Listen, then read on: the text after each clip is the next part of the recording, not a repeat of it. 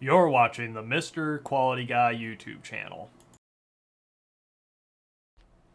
Hello everyone, Mr. Quality Guy here, and today we're going to take a look into why lemons exist and what is a lemon.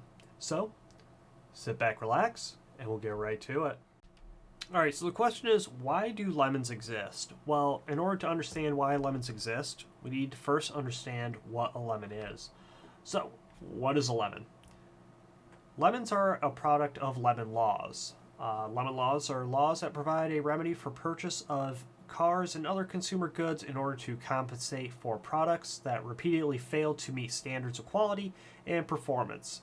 Although many types of products can be defective, the term lemon is mostly used to describe defective motor vehicles such as cars, trucks, and motorcycles. But how do lemons happen? Lemons can happen for many reasons, but in any case, a lemon is caused by a breakdown in manufacturer's or a supplier's quality system. Essentially, a lemon is caused by a failure to follow the quality system. There is one other way a lemon can be a failure. Lemon can happen, but that is mainly caused by design issues that probably would be okay, but they decide to use it as an improper application. So, breakdowns in the system could stem from a bad PFMEA or FMEA, improper APQP, control plans not being followed, or faulty error detection. So, faulty error detection is as in a tester is not reading properly. So a tester could be giving you false readings saying a component is good when in fact it is not. And the other ones, PFMEA, FMEA, it is incredibly difficult to account for all failures of a component, especially ones that are influenced by non-controllable external factors. For example, if someone opens a door and debris from outside contaminates the lubricant that the component uses, this failure could be hard to account for as it's not a guarantee.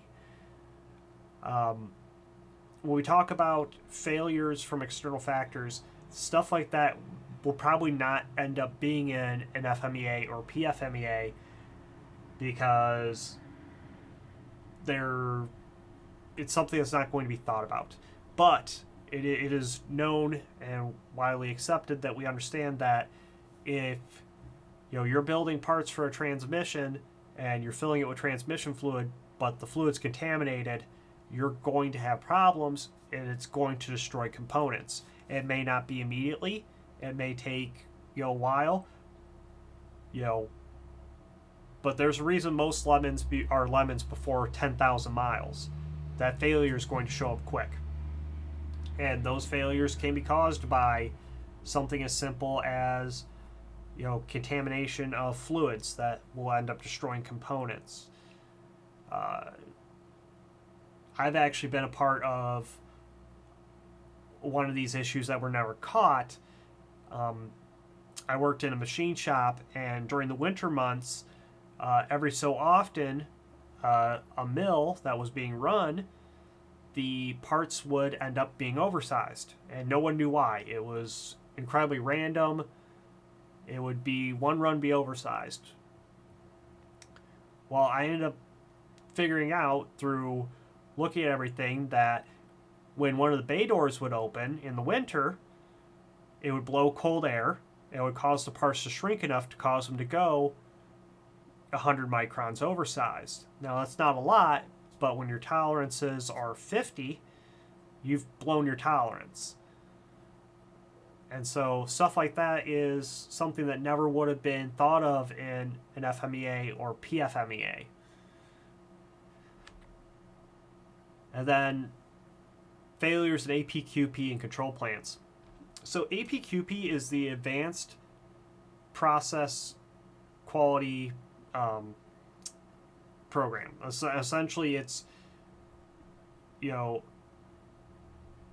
look into the, hey, is this a safety item or what is it? But if failure to do proper APQP can mean improper sampling techniques. For example, if it's a high-risk item, it should be sampled quite often. If it's a low-risk item, you shouldn't measure it as much. If you can't measure everything, it's just a impossibility. So you have to measure items based on risk factors. And with improper APQP, you could be measuring a high-risk item, but as a low-risk item. So you're not doing proper samplings.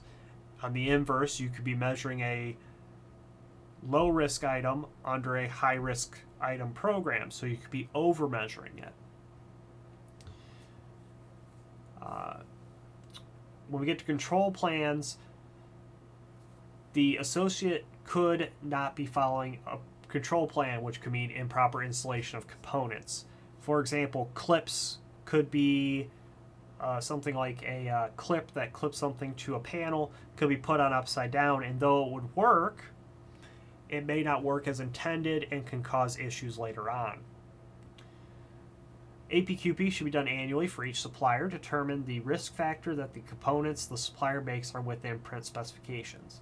For example, if you have a supplier that you have quality issues, all of their components that they send you should be moved into a high category. So those parts should be scrutinized more than suppliers that consistently send you good product. Within reason. Of course, safety items will never go to a medium or low APQP level. They will always be at a high APQP level. Control plans should be audited on a minimum monthly basis to ensure they're being followed. So essentially, you're going to want to audit the control plans, and by auditing control plans, individual items in there, such as the work instructions for each assembly station.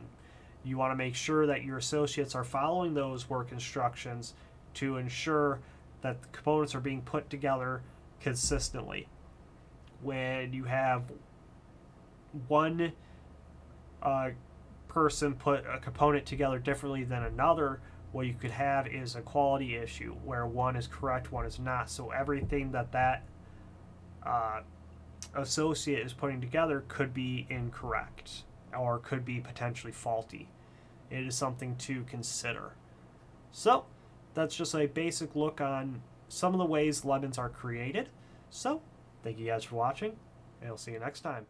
Alrighty, so that was a video on Automotive Lemons.